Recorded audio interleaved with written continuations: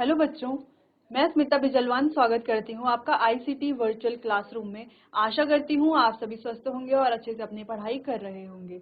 बच्चों, आज हम पढ़ने जा रहे हैं क्लास 9 की साइंस।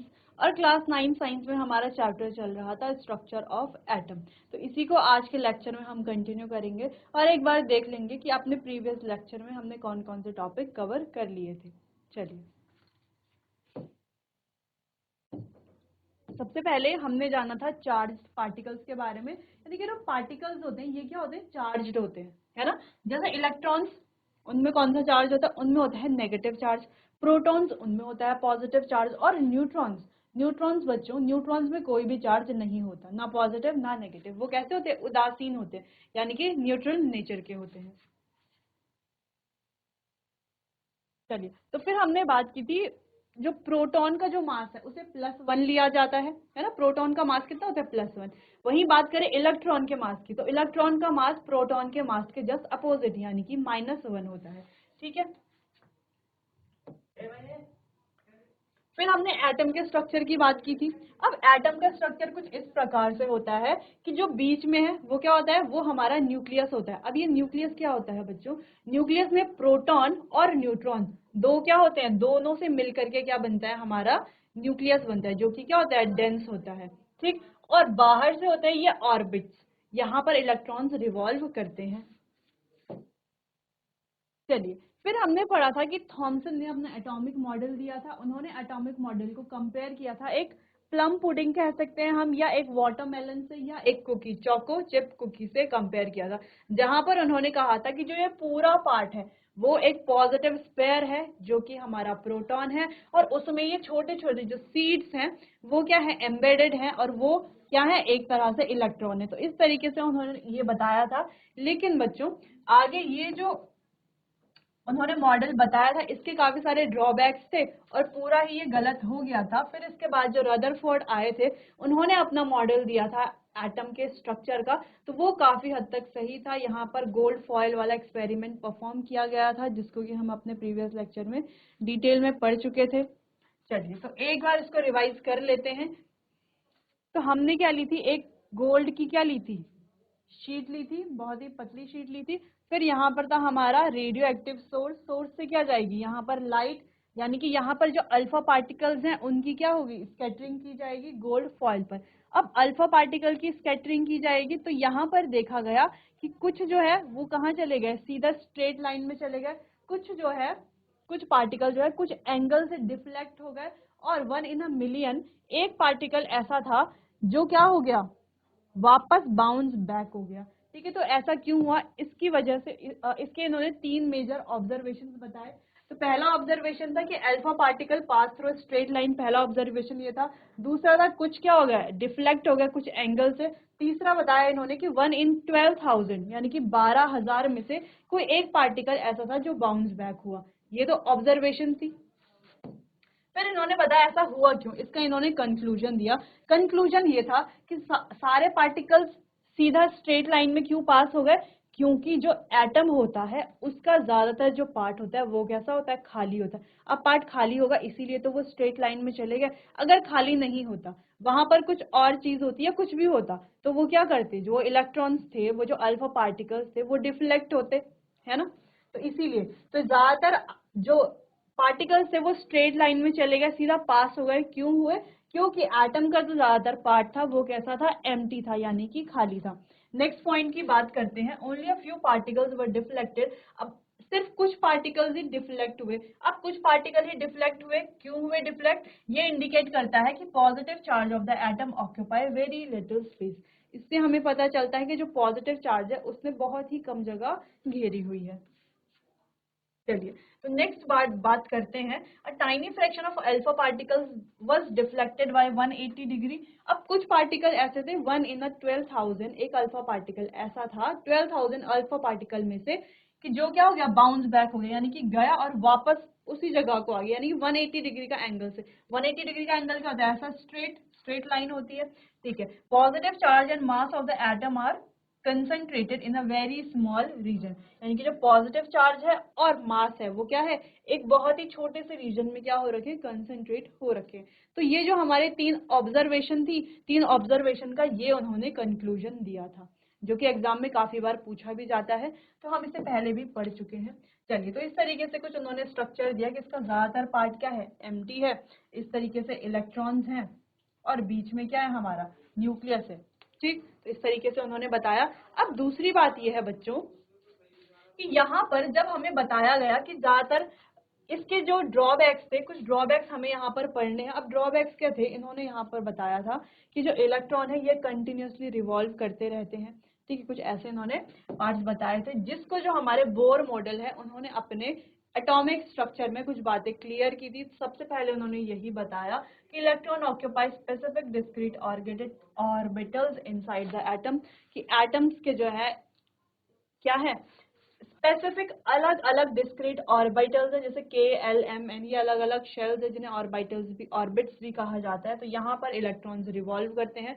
दूसरी चीज इन्होंने कहा कि जब ये रिवॉल्व करते हैं, जिस बात को रदरफोर्ड एक्सप्लेन नहीं कर पाए, क्योंकि रदरफोर्ड ने क्या कहा था, जब ये रिवॉल्व करते हैं तो क्या करते हैं, एनर्जी रेडिएट करते हैं। एनर्जी रेडिएट करते हैं तो एक टाइम ऐसा आएगा कि इनकी एनर्जी खत्म हो जाएगी। जब एनर्जी खत्म हो जाएगी तो तब ये रिवॉल्व नहीं कर पाएंगे, तब ये क्या होगा, न्यूक्लियस पर गिर जाएंगे। लेकिन अगर न्यूक्लियस पर गिर जाएंगे तब तो हमारा एटम जो है बहुत ज्यादा अनस्टेबल हो जाएगा। लेकिन जैसे कि हमें पता है एटम जो है इतना ज्यादा अनस्टेबल तो होता नहीं, इसीलिए यहाँ पर ये पॉइंट इन्होंने एक्सप्लेन किया था बोर ने अपने एटॉमिक मॉडल में, कि जो इलेक्ट्रॉन्स है वो क्या करते हैं, एनर्जी को रेडिएट नहीं करते, ऐसे ही रिवॉल्व करते रहते हैं। ठीक, फिर यहाँ पर हमने शेल्स के बारे में पढ़ा कि हमारे अलग अलग शेल्स होते हैं, अलग अलग शेल्स में इलेक्ट्रॉन को किस प्रकार से डिस्ट्रीब्यूट किया जाता है, वो भी हमने फॉर्मूला यहाँ पर पढ़ लिया था। चलिए, तो फॉर्मूला 2n², इसके अकॉर्डिंग हम इलेक्ट्रॉन्स को डिस्ट्रीब्यूट करते हैं। फिर बच्चों हमने ये भी पढ़ लिया था कि कैसे जो है,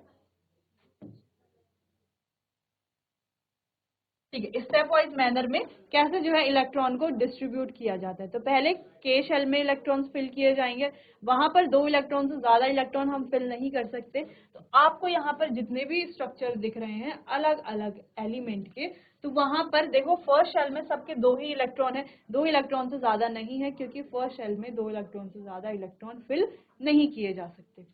वही नेक्स्ट शेल की बात करें, उसमें 8 इलेक्ट्रॉन फिल किए जा सकते हैं। और यहाँ पर एक रूल और था बच्चों कि जो आउटर शेल है उसमें कितने इलेक्ट्रॉन होने चाहिए, 8 ही इलेक्ट्रॉन होने चाहिए। तो इस तरीके से हमने इलेक्ट्रॉन्स को फिल कर लिया था। फिर बात कर रहे थे बच्चों हम वैलेंसी की। अब वैलेंसी क्या है, वैलेंसी यानी कि कंबाइनिंग कैपेसिटी, किसी भी एटम की जो कंबाइनिंग कैपेसिटी है उसी को क्या कहा जाता है, वैलेंसी कहा जाता है। कंबाइनिंग कैपेसिटी यानी कि वो कितना है, उसकी कंबाइनिंग कैपेसिटी यानी कि कितनों के साथ वो आगे कंबाइन कर सकता है। इस तरीके से हम इसको समझ सकते हैं। फिर हमने बात की थी ये जो इलेक्ट्रॉन्स है, ये जो एटम है, एटम का जो आउटर शेल होता है, जैसे अगर हम बात करें किसी का आउटर शेल के है ना, पहला ही शेल आउटर है, किसी का सेकंड शेल है एल, वो आउटर है, किसी का एम शेल आउटर है, किसी का एन शेल आउटर है। तो ये जो आउटर शेल होता है इसे क्या कहा जाता है, इसे वैलेंस शेल कहा जाता है। ठीक है, अब ये आउटर शेल जो है इसमें जो इलेक्ट्रॉन्स होते हैं उन्हें वैलेंस शेल इलेक्ट्रॉन कहा जाता है। ठीक है, तो 3 चीजें यहाँ से हमें समझ में आ गई कि वैलेंसी क्या है, वैलेंस शेल इलेक्ट्रॉन्स क्या है और वैलेंस शेल क्या है। तो वैलेंस शेल इलेक्ट्रॉन और वैलेंसी, ये तीनों हमें पता होनी चाहिए, क्योंकि ये तीनों आपस में क्या होती हैं, कनेक्टेड होती हैं। चलिए, इतनी बात तो क्लियर हो गई थी। दूसरी बात, जो हमारे इनर्ट गैस एलिमेंट्स होते हैं, ठीक है, जिनको हम नोबल गैसेस भी कहते हैं, जैसे कि हीलियम है, नियॉन है, आर्गन है, क्रिप्टॉन है, जेनॉन है, ये सारे ही क्या होते हैं, स्टेबल होते हैं, क्योंकि इनके जो आउटर शेल है वहां पर क्या होता है, ऑक्टेट कंप्लीट होता है, यानी कि फुली फिल्ड होते हैं, यानी कि 8 इलेक्ट्रॉन पूरे फिल होते हैं, जिस वजह से ये क्या होते हैं, स्टेबल होते हैं। इतनी बात भी हो गई थी यहाँ पर। चलिए, अब यहाँ पर हम इस पॉइंट को डिस्कस कर रहे थे अपने प्रीवियस लेक्चर में। चलिए, तो इसको एक बार आप देख लीजिए, फिर हम इसको एक बार फिर से डिस्कस करेंगे, फिर आगे कंटिन्यू करते हैं।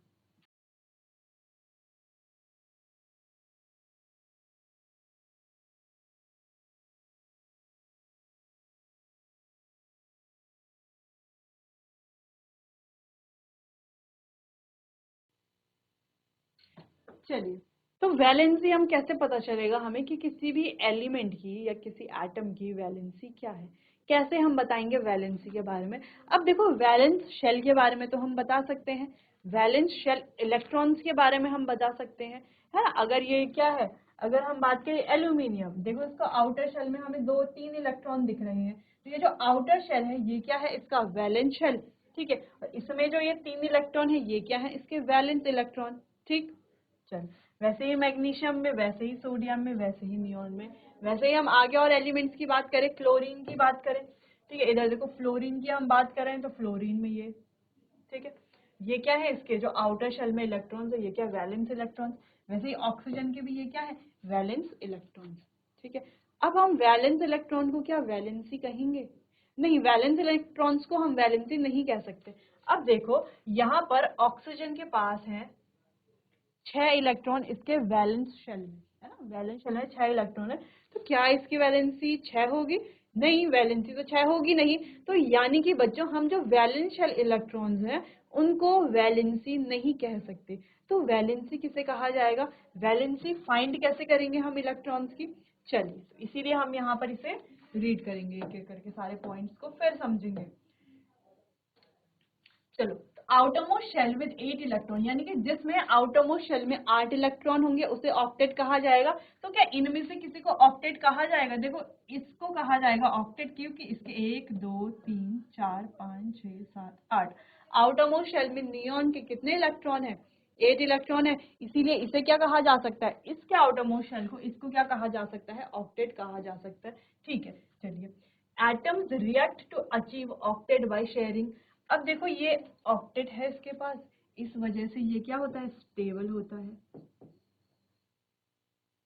अब हर एलिमेंट क्या चाहता है, स्टेबल होना चाहता है ना। ये भी चाहता है मैं भी स्टेबल हूँ, ये भी चाहता है मैं भी स्टेबल हूँ। तो स्टेबल होगा कैसे?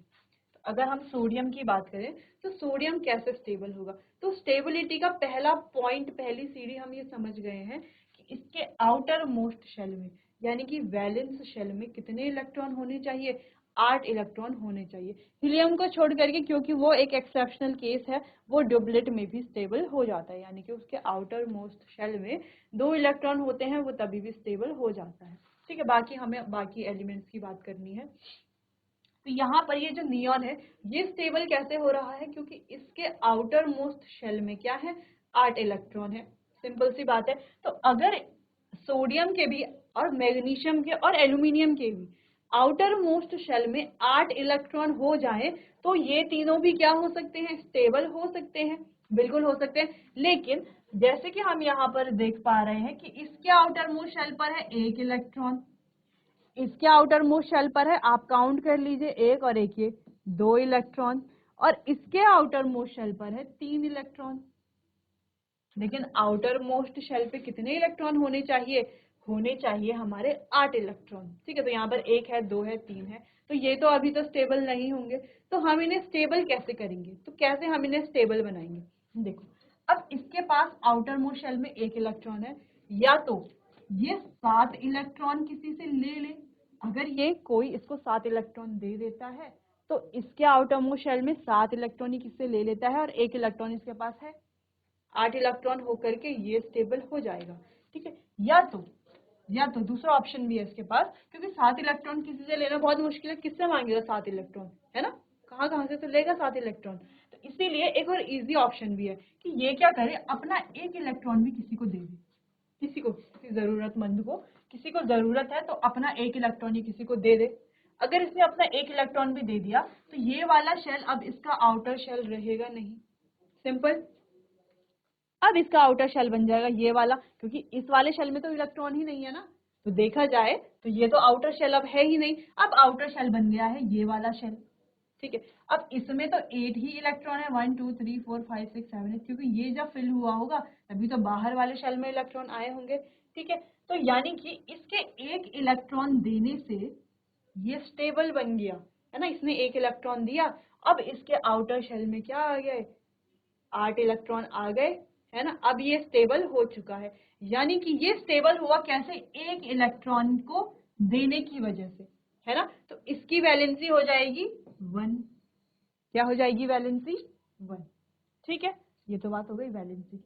अब इसमें एक चार्ज की बात भी कर लेते हैं। देखो ये सोडियम था, तो इसने इलेक्ट्रॉन किसी को दिया, तो जब भी कोई इलेक्ट्रॉन डोनेट करेगा, जो देता है ना, इलेक्ट्रॉन देगा, किसी की मदद करेगा, तो वो कैसा इंसान होगा? वो एक पॉजिटिव इंसान होगा। वहीं हम एलिमेंट की बात भी करेंगे, जो एलिमेंट किसी की हेल्प करेगा, अपनी भी हेल्प हो ही रही है उसकी, लेकिन किसी की हेल्प कर रहा है, किसी को एक इलेक्ट्रॉन दे रहा है, तो वो कैसा हो जाएगा? पॉजिटिव हो जाएगा। और इसको हम इस तरीके से भी समझ सकते हैं कि अगर सोडियम है, सोडियम के पास 11 इलेक्ट्रॉन्स थे। अगर हम यहाँ पर नंबर ऑफ इलेक्ट्रॉन्स और नंबर ऑफ प्रोटॉन्स की बात करें, तो यहाँ पर इलेक्ट्रॉन और प्रोटॉन कितने हैं बच्चों? दोनों 11-11 हैं। लेकिन एक इलेक्ट्रॉन डोनेट करने के बाद अब इसके पास इलेक्ट्रॉन कितने बच जाते हैं? 10 इलेक्ट्रॉन बच जाते हैं। लेकिन प्रोटॉन अभी भी क्या है? 11 ही है ना? पॉजिटिव चार्ज क्या है? ज्यादा है, इस वजह से भी यहाँ पर आया है पॉजिटिव चार्ज। तो ये भी आप समझने के लिए इस तरीके से भी समझ सकते हैं। बात करते हैं मैग्नीशियम की। मैग्नीशियम को भी स्टेबल होने के लिए उसके आउटर शेल में 8 इलेक्ट्रॉन चाहिए। तो ये क्या करेगा? 2 इलेक्ट्रॉन तो इसके पास है आउटर शेल में, है ना? या तो ये 6 इलेक्ट्रॉन किसी से ले ले, 6 इलेक्ट्रॉन किसी से ले ले, है ना? या तो ये अपने ये 2 इलेक्ट्रॉन भी किसी को दे दे। अब ये अपने 2 इलेक्ट्रॉन भी किसी को दे देगा, तब ये वाला शेल क्या हो जाएगा? इसका आउटर मोस्ट शेल बन जाएगा, जिसमें हमारे 8, जिसमें इसके क्या है? 8 इलेक्ट्रॉन है, और ये क्या हो जाएगा? स्टेबल हो जाएगा। सिंपल सी बात है। अब देखो 6 इलेक्ट्रॉन लेना, है ना? किसी से 6 इलेक्ट्रॉन लेना, तो किस किस से 6 इलेक्ट्रॉन लेगा, है ना? इतने इलेक्ट्रॉन के पास, या इतनी एटम के पास, सॉरी, इतने एटम के पास एनर्जी भी तो चाहिए कि 6 इलेक्ट्रॉन वो किसी से ले, एक्सेप्ट करे, है ना? ठीक, तो इसीलिए ये एमडी भी क्या बन जाएगा? अब इसने देखो 2 इलेक्ट्रॉन दिए हैं, तो ये 2 पॉजिटिव बन जाएगा, है ना? ज्यादा पॉजिटिव बन गया, 2 इलेक्ट्रॉन दे रहा है क्योंकि। अब बात करते हैं एल्यूमिनियम की। तो सेम एल्यूमिनियम को भी क्या बनना है? अच्छा, मैग्नीशियम की वैलेंसी की बात करें तो इसकी वैलेंसी हो जाती है बच्चों 2। क्या है वैलेंसी? 2, क्योंकि ये 2 इलेक्ट्रॉन दे रहा है। तो जितने इलेक्ट्रॉन कोई देगा, यानी कि लूज करेगा, देने का मतलब क्या है? कि इसने अपने यहाँ से लूज कर लिए हैं 2 इलेक्ट्रॉन, ठीक, या कोई गेन करेगा, है ना? जरूर यहाँ पर लूज हो रहा है इलेक्ट्रॉन, लेकिन आगे हो सकता है हम कुछ एलिमेंट्स में ऐसे पढ़े जो इलेक्ट्रॉन क्या कर रहे हैं? वो गेन कर रहे हो, ठीक है, गेन कर रहे हैं। और कुछ एलिमेंट ऐसे होंगे जो इलेक्ट्रॉन शेयर कर रहे होंगे। तो लूज करने में, इलेक्ट्रॉन को शेयर करने में और गेन करने में, जितने इलेक्ट्रॉन हम लूज कर रहे हैं, शेयर कर रहे हैं या गेन कर रहे हैं, वही क्या हो जाती है? इसकी वैलेंसी बन जाती है, ठीक है? तो वही यहाँ पर लिखा गया, the number of electron gain, lost और शेयर्ड, यानी कि जितने गेन किए यानी कि लिए, लूज किया यानी कि किसी को दिए, शेयर किए यानी कि आपस में शेयर करे, उसे to complete the octet directly, अपने ऑक्टेट को कंप्लीट करने के लिए उसे ही क्या कहा जाएगा? वही क्या होगी? एलिमेंट की वैलेंसी कहलाई जाएगी। तो वैसे ही हमने एल्यूमिनियम के साथ बात की, तो एल्यूमिनियम के भी आउटर शेल में देखो कितने इलेक्ट्रॉन है? 3 इलेक्ट्रॉन है। अब इसको अपना ऑक्टेट कंप्लीट करने के लिए कितने इलेक्ट्रॉन और चाहिए? 5 इलेक्ट्रॉन और चाहिए। तो या तो ये 5 इलेक्ट्रॉन किसी से ले ले, या तो अपने 3 इलेक्ट्रॉन किसी को दे दे। तो इसके पास इजी ऑप्शन क्या है? कि ये अपने 3 इलेक्ट्रॉन किसी को दे देगा। जब ये अपने 3 इलेक्ट्रॉन किसी को दे देगा, तो अब ये वाला शेल तो यहाँ पर एग्जिस्ट करेगा नहीं, क्योंकि इसमें तो कोई इलेक्ट्रॉन है ही नहीं, ठीक। तो अब ये वाला शेल बन जाएगा बच्चों इसका आउटर शेल, ठीक है। चलो, तो ये वाला शेल बन गया आउटर शेल, इसमें है 8 इलेक्ट्रॉन। तो अब ये क्या हो गया? स्टेबल बन चुका है, और बन चुका है Al 3 पॉजिटिव, क्योंकि 3 इलेक्ट्रॉन दिए इसलिए बन गया ये 3 पॉजिटिव, ठीक। अब वैलेंसी की बात करते तो यहाँ पर वैलेंसी है 3, क्योंकि 3 इलेक्ट्रॉन इसने किसी को शेयर किए, सॉरी, इसने किसी को क्या किए? लूज किए, या इसने किसी को डोनेट किए, ठीक है, अपने आप से इसने लूज किए, और 3 इलेक्ट्रॉन इसने किसी को डोनेट किए, ठीक। तो इस तरीके से हम वैलेंसी निकालते हैं एलिमेंट्स की या एटम्स की, ठीक है। अब आगे बढ़ते हैं। ये तो हमने कुछ पॉजिटिव वाले क्वेश्चन किए, कुछ थोड़ा डिफरेंट क्वेश्चंस भी हो सकते हैं इनमें, है ना, जहां पर हमें वैलेंसी बतानी हो। जैसे बात करते हैं फ्लोरीन की। तो फ्लोरीन का एटॉमिक नंबर होता है बच्चों 9। चलो, तो फ्लोरीन को देखो 1 2 3 4 5 6 7 8 9, तो 9 इलेक्ट्रॉन इसके जो है के शेल और एल शेल में फिल कर दिए गए हैं। अब देखो इसके आउटर शेल में है कितने इलेक्ट्रॉन, 1 2 3 4 5 6 7, आउटर शेल में है 7 इलेक्ट्रॉन्स, 7 इलेक्ट्रॉन्स है इसके आउटर शेल में। अब बात है ये आउटर शेल क्या है, इसका वैलेंस शेल, वैलेंस शेल, और कितने वैलेंस इलेक्ट्रॉन्स है, 7 वैलेंस इलेक्ट्रॉन्स है, ठीक है। तो अब इसके पास क्या ऑप्शन है कि या तो ये अपने 7 के 7 इलेक्ट्रॉन किसी को दे दे, है ना, किसी को 7 इलेक्ट्रॉन क्या कर दे, माइनस कर दे, है ना, किसी को अपने 7 इलेक्ट्रॉन दे दे, अंदर 2 बच जाएंगे। या तो ये क्या कर ले, किसी से 1 इलेक्ट्रॉन ले ले और 1 इलेक्ट्रॉन लेकर के ये क्या बन जाएगा, ये जो 7 इलेक्ट्रॉन है ये क्या हो जाएंगे, 8 इलेक्ट्रॉन बन जाएंगे, और ये वैलेंस जो बाहर का जो शेल है, आउटर शेल है, उसमें ऑक्टेट हो जाएगा कंप्लीट। तो ये क्या करेगा, सिंपल ये वही करेगा, 1 इलेक्ट्रॉन किसी से एक्सेप्ट करेगा, ठीक है। अब ये 1 इलेक्ट्रॉन किसी से एक्सेप्ट करता है तो इसका साइन बन जाता है इस तरीके से F नेगेटिव। अब बात आती है इसने कितना इलेक्ट्रॉन लूज गेन या शेयर करा, तो इसने 1 इलेक्ट्रॉन को क्या किया है, गेन किया है। 1 इलेक्ट्रॉन को गेन किया यानी कि इसकी वैलेंसी बन जाती है 1। वहीं ऑक्सीजन की बात करते हैं, इसके आउटर शेल में है 6 इलेक्ट्रॉन, ठीक है, कितने इलेक्ट्रॉन है, 6 इलेक्ट्रॉन है आउटर शेल में। अब इसको अपना ऑक्टेट कंप्लीट करने के लिए कितने इलेक्ट्रॉन चाहिए, 2 इलेक्ट्रॉन। अब ये 2 इलेक्ट्रॉन किसी से गेन कर ले, ये इसके लिए इजी है, क्योंकि 6 इलेक्ट्रॉन देना वो ज्यादा इजी नहीं है। अब फिर 6 इलेक्ट्रॉन देने के बाद इसके जो अंदर वाला शेल है उसमें सिर्फ 2 ही इलेक्ट्रॉन बचेंगे, डुप्लेट, ठीक है। चलो, तो ये 2 इलेक्ट्रॉन किसी से ले लेगा, तो 2 इलेक्ट्रॉन किससे लेके, 6 + 2 कितना हो गया, 8 इलेक्ट्रॉन, है ना, 8 इलेक्ट्रॉन्स हो जाएंगे इसके आउटर शेल में। तो यानी कि अब ये स्टेबल हो जाएगा। तो वैलेंसी कितनी हुई, वैलेंसी का मतलब क्या है कि कितने नंबर ऑफ इलेक्ट्रॉन इसने गेन करे, शेयर करे या लूज करे। तो यहाँ पर इसने 2 इलेक्ट्रॉन गेन करे हैं, तो इसकी वैलेंसी बन जाती है 2। सिंपल। चलिए, अच्छा यहाँ पर भी बताया गया फ्लोरीन है 7 electron in the outermost shell. अब इसके आउटर मोस्ट शेल में है 7 electron, but it is easier to gain 1 electron instead of losing 7 electron. तो ये इसके लिए इजी है कि 1 इलेक्ट्रॉन को किसी से ले ले, 7 इलेक्ट्रॉन कैसे ये क्या करेगा, लूज करेगा, है ना। 7 इलेक्ट्रॉन के लिए एक एक करके सारे इलेक्ट्रॉन को अपने शेल से निकालने के लिए बहुत ज्यादा एनर्जी चाहिए बच्चों, ठीक है। अगर इसको एक भी इलेक्ट्रॉन अपने शेल से निकालना है तो उसके लिए से बहुत ज्यादा एनर्जी की जरूरत होती है। तो 7 इलेक्ट्रॉन कैसे ही अपने शेल से बाहर निकालेगा, है ना, उसके लिए बहुत ज्यादा एनर्जी चाहिए, इसीलिए ये क्या है, डिफिकल्ट है। और 1 इलेक्ट्रॉन गेन करना इजी है, तो 1 इलेक्ट्रॉन ये किसी से गेन कर लेगा, जिस वजह से इसकी वैलेंसी क्या हो जाएगी, 8 - 7 = 1, वैलेंसी हो जाएगी 1, ठीक है। चलिए, तो इतनी बात आपको समझ में आ गई होगी कि वैलेंसी क्या है, जितने नंबर ऑफ इलेक्ट्रॉन किसी एटम ने गेन किए, शेयर किए, है ना, उसका ऑक्टेट कंप्लीट करने के लिए जितने इलेक्ट्रॉन्स उसने गेन किए या शेयर किए या लूज किए, वही क्या हो जाती है, उसकी वैलेंसी हो जाती है। चलिए, तो ये वाले पॉइंट्स आप नोट कर लीजिए बच्चों, फिर आगे बढ़ते हैं और आगे टॉपिक को कंटिन्यू करते हैं।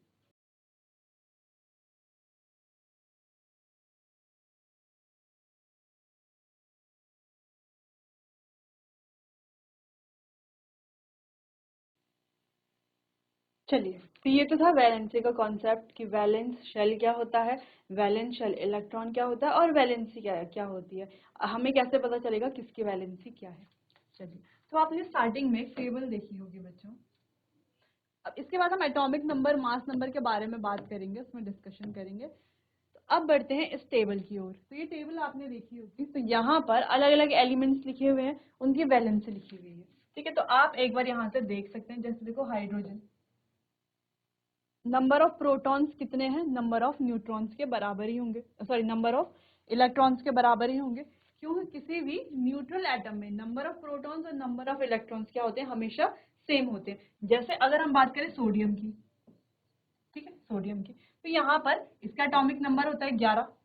अब एटॉमिक नंबर 11 होने का मतलब क्या है कि इसके जो इलेक्ट्रॉन है वो भी 11 होंगे और प्रोटॉन है वो भी क्या होंगे, 11 होंगे, ठीक है। लेकिन जब ये Na पॉजिटिव, जब ये सोडियम जो है अभी तो न्यूट्रल है, अभी इसमें कोई चार्ज नहीं है, लेकिन जैसे ही इसमें चार्ज आता है, अगर सपोज ये बन गया Na पॉजिटिव, ठीक है, तो यहाँ पर क्या होता है, इलेक्ट्रॉन की संख्या तो हो जाती है चेंज, पॉजिटिव यानी कि 1 इलेक्ट्रॉन चला गया, अब इसमें 10 ही इलेक्ट्रॉन है, और प्रोटॉन्स तो उतने ही रहेंगे, ठीक है। प्रोटॉन्स की संख्या में चेंज नहीं आता जब भी कोई न्यूट्रल स्पेशी कोई चार्ज स्पीशी बनती है, या वो कैटायन बने या वो एनायन बने, है ना, नेगेटिव चार्ज वाली स्पीशी बने या पॉजिटिव चार्ज वाली स्पीशी बने, तो चेंज आता है उसके नंबर ऑफ इलेक्ट्रॉन्स पर, जैसे कि यहाँ पर आया है। ठीक है, तो अभी हम सिर्फ न्यूट्रल स्पीशीज के बारे में पढ़े, तो यहाँ पर जितनी भी स्पीशीज लिखी हुई हैं ये सारी न्यूट्रल स्पीशीज हैं। तो आपको पता कैसे चलेगा बच्चों कि कौन सी स्पीशी न्यूट्रल है या कौन सी चार्ज वाली है ना, इस तरीके से अगर लिखा होगा तो आपको कैसे पता चलेगा? सिंपल सी बात है, जो चार्ज स्पीशीज होंगी उन पर चार्ज होगा। ठीक है, जैसे कि सोडियम पर इस तरीके से चार्ज आपको दिखेगा Al3 पॉजिटिव, यानी कि इसमें 3 पॉजिटिव वाला चार्ज है, यानी कि ये एक चार्ज स्पीशी है। ठीक है, तो चार्ज होगा उस पर, तो आपको पता चल जाएगा कि कौन सी चार्ज स्पीशी है और कौन सी जो है न्यूट्रल स्पीशी है। तो यहाँ पर कोई चार्ज नहीं, इसीलिए ये सारी क्या है, न्यूट्रल स्पीशीज है। चलिए, तो बात करते हैं, देखो सोडियम की बात कर लेते हैं। ये रहा sodium, number of electrons, number of protons, number of electrons, number of protons. चलिए, तो बात करते हैं, तो इस तरीके से इसके इलेक्ट्रॉन्स जो है डिस्ट्रीब्यूट किए गए हैं। तो इसका जो वैलेंसी है वो कितनी है? देखो, एक इलेक्ट्रॉन रिमूव करना ज्यादा इजी है, तो वैलेंसी हो गई 1। इसके आउटर शेल में इसकी बात करें मैग्नीशियम की, तो इसके आउटर शेल में 2 इलेक्ट्रॉन है, 2 इलेक्ट्रॉन रिमूव करना इजी है। 3 इलेक्ट्रॉन है, 3 रिमूव करना इजी है। 4 इलेक्ट्रॉन है तो शेयरिंग से होता है ना, 4 इलेक्ट्रॉन रिमूव करना और लेना दोनों ही क्या है, मुश्किल है, तो ये क्या होता है, शेयरिंग से होता है। अब बात करते हैं 5 की, ये जो फॉस्फोरस है यहाँ पर, तो यहाँ पर इसकी वैलेंसी है 3,5, तो या तो ये 3 इलेक्ट्रॉन ले सकता है। ठीक, चलिए अब बात करते हैं यहाँ पर 6, 7, 8, तो 8 में तो वैलेंसी क्या होगी, 0, क्योंकि ऑक्टेट पहले से ही कंप्लीट है। 7 अगर हम बात करें क्लोरीन की, इसका एटॉमिक नंबर होता है 17। चलो, तो क्लोरीन की अगर हम बात करें, तो यहाँ पर इसको ऑक्टेट कंप्लीट करने के 1 इलेक्ट्रॉन चाहिए, इसलिए वैलेंसी 1। इसको इलेक्ट्रॉन अपना ऑक्टेट कंप्लीट करने के लिए 2 इलेक्ट्रॉन चाहिए, इसीलिए वैलेंसी 2। वहीं हम ऊपर से भी सब देख लें, देखो यहाँ पर है एक अगर रिमूव कर देगा तो क्या हो जाएगा, स्टेबल हो जाएगा, इसीलिए एक रिमूव करने में इसका फायदा है, तो इसीलिए वैलेंसी हो गई 1। वैलेंसी यानी कि जितने उसने रिमूव करे, मतलब कोई एलिमेंट, किसी एटम से हम जितने एलिमेंट रिमूव कर रहे हैं, ठीक है, उसको स्टेबल बनाने के लिए एलिमेंट रिमूव करना, एक्सेप्ट करना या शेयर करना, वही वैलेंसी हो जाती है। जैसे अगर हम यहाँ पर देखें फ्लोरीन के केस में, तो फ्लोरीन के केस में इसको ऑक्टेट कंप्लीट करने के लिए 1 इलेक्ट्रॉन चाहिए, तो 1 इलेक्ट्रॉन अगर किसी से मिला तो ऑक्टेट कंप्लीट, इसीलिए वैलेंसी हो जाएगी 1। लेकिन वही बात करें यहाँ पर हमारा बोरोन है, ठीक है, तो बोरोन के आउटर शेल में है 3 इलेक्ट्रॉन, अब इसको ऑक्टेट कंप्लीट करने के लिए तो चाहिए 5 इलेक्ट्रॉन। अब 5 इलेक्ट्रॉन लेना कहीं से क्या है, बहुत ज्यादा डिफिकल्ट है, क्योंकि उसके शेल से भी तो 5 इलेक्ट्रॉन निकालने पड़ेंगे और अपने शेल में डालने भी पड़ेंगे, उसके लिए भी एनर्जी चाहिए, इसीलिए इसके लिए इजी है ये 3 इलेक्ट्रॉन किसी को दे दे, है ना, तो यहाँ पर वैलेंसी हो जाती है 3। ठीक, तो इस तरीके से ये टेबल है जहां पर वैलेंसी लिखी हुई है, डिस्ट्रीब्यूशन ऑफ एलिमेंट्स के बारे में बताया, इलेक्ट्रॉन्स के बारे में बताया हुआ है कि इलेक्ट्रॉन को कैसे डिस्ट्रीब्यूट करेंगे, नंबर ऑफ प्रोटॉन्स, न्यूट्रॉन्स और इलेक्ट्रॉन्स भी यहाँ पर आपको दिखेंगे। तो ये एक बहुत ही इंपॉर्टेंट टेबल है। ठीक, चलिए, तो एक बार आप इसको नोट कर सकते हैं। अच्छा, वैलेंसी का आप इस तरीके से याद भी कर सकते हैं, 1 2 3 4, फिर 3 2 1 0, फिर 1 2 3 4, फिर 5 2 या 3 2 1 0, इस तरीके से आप इसको याद कर सकते हैं। चलिए, तो इतना आप देख लीजिए, नोट कर लीजिए, फिर आगे बढ़ते हैं। चलिए बच्चों, तो आज के लिए बस इतना ही, बाकी कंटिन्यू करेंगे हम अपने आने वाले अगले सेशन में। तब तक के लिए आपका बहुत बहुत धन्यवाद।